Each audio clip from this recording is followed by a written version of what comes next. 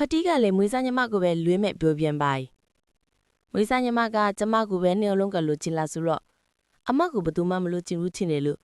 ခနဲ့လိုက်တဲ့အခါကြီးဖတီးကလည်း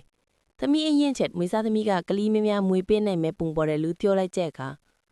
တင်တောင်ကဒေါ်လာ150သူ့ကိုပေးညင်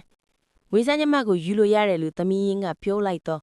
ဖတီးကချက်ချင်းသဘောကျပေးလိုက်ပါတယ်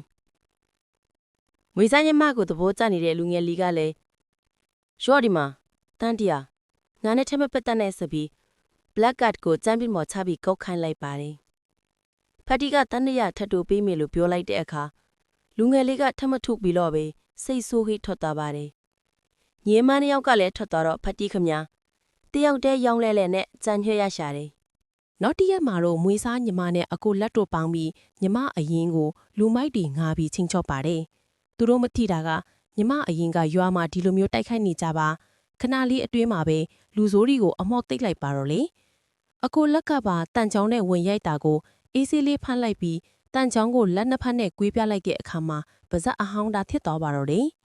သမီးအရင်ကမွေးစားညီမကိုပညာပြန်ပေးဖို့လုပ်နေတော့မိဘတွေရောက်လာတဲ့အခါလက်ဖက်စိမ်းမကသူ့ကိုလူမကိန်ငါပြီးလေ့ကျန်တယ်လို့ဟန်ဆောင်တိုင်ပြပါတယ်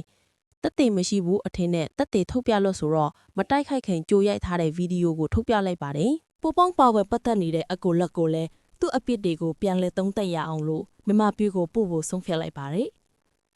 အိမ်ပြန်ရောက်တော့မွေးစားညီမကငိုယိုးပြီးတောင်းပန်ခဲ့ပါတယ်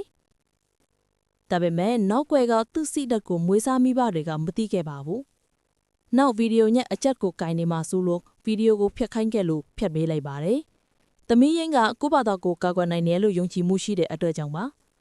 ဝတ်စုံအသစ်ဝယ်ပေးတာကိုမွေးစားညီမကကြွားပြနေပါတယ်သူအရင်ကဝယ်ပေးသားဝတ်စုံကိုသမီးရင်းကိုပေးလိုက်ပြီးမဲ့သမီးရင်းကသူများသုံးပေးသားတွေကိုမလိုချင်ဘူးတင်ထားလိုက်ကိုယ့်ဘာသာကိုပဲအသစ်ထောက်ဝယ်လိုက်မယ်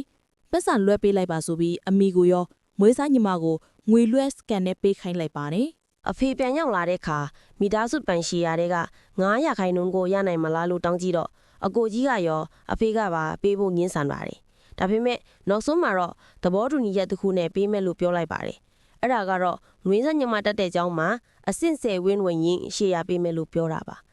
ကြေးပါမှာကြီးပင်ခဲ့တော့အဆင့်မင်းတဲ့เจ้าမှာအလောက်မတော်နိုင်ဘူးလို့ထင်ကြလို့ပါငွေစညမကိုเจ้าမှာဂယုစိုက်ပေးဖို့ပြောတဲ့အခါဟုတ်ကဲ့လို့ပြောပြီးမြမင်းနာထားကတော့ကျောင်းရောက်တဲ့အခါမွေးစားညီမကတထေးသားတစ်ယောက်နဲ့ပေါင်းပြီးစအနိုင်ကျင့်มาတော့တယ်။ F4 ဇက်ကားတဲ့ကလို့တကြောင်လုံးရဲ့ပြက်မှတ်လိုမျိုးစားလိုက်ခဲ့ပါတယ်။ကျောင်းအုပ်ကြီးရုံခန်းသွားတဲ့အခါကျောင်းအုပ်ကြီးဆိုတဲ့လူကရွှာမာတုံးကလူဆိုးတွေရန်ကားကြီးသူ့ကေဘူးခဲ့တဲ့သူဖြစ်နေပါတယ်။တလေးတစားလက်ဖက်ရည်ချမ်းတွေပါတိုက်ပြီးဧည့်ဝေပြူပါတယ်။နိုင်ငံထဲမှာအတော်ဆုံးဆရာတွေကိုသူ့အတွက်ဆရာအဖြစ်သင်ပြပေးဖို့တောင်းဆိုလိုက်ပါတယ်။ဘတ်စကတ်ဘောကွင်းနဲ့တမိအရင်ကအနိုင်ကျန်းလို့ရမယ်အချင်းနဲ့တတိယသားကဦးဆောင်ပြီးအုပ်စုလိုက်တိုက်ခိုက်ပါရတယ်။လူမိုက်တွေနဲ့ခြာနေကြကောင်မလေးရဲ့အတွက်ဒီចောင်းသားတွေကတော့ထမင်းစားရည်တောက်တလောက်ပဲရှိပါတယ်။ចောင်းအုပ်ကြီးရောက်လာတာမြန်လို့သူတို့အုပ်စုတတ်တာသွားတာပါ။ចောင်းအုပ်ကြီးကဒီလိုအားနွဲတဲ့မိန်းကလေးကိုဝိုင်းအနိုင်ကျင့်ရတာဆိုပြီးအမောင်းဝန်ခံစားရေးဖို့ပြောခဲ့ပါတယ်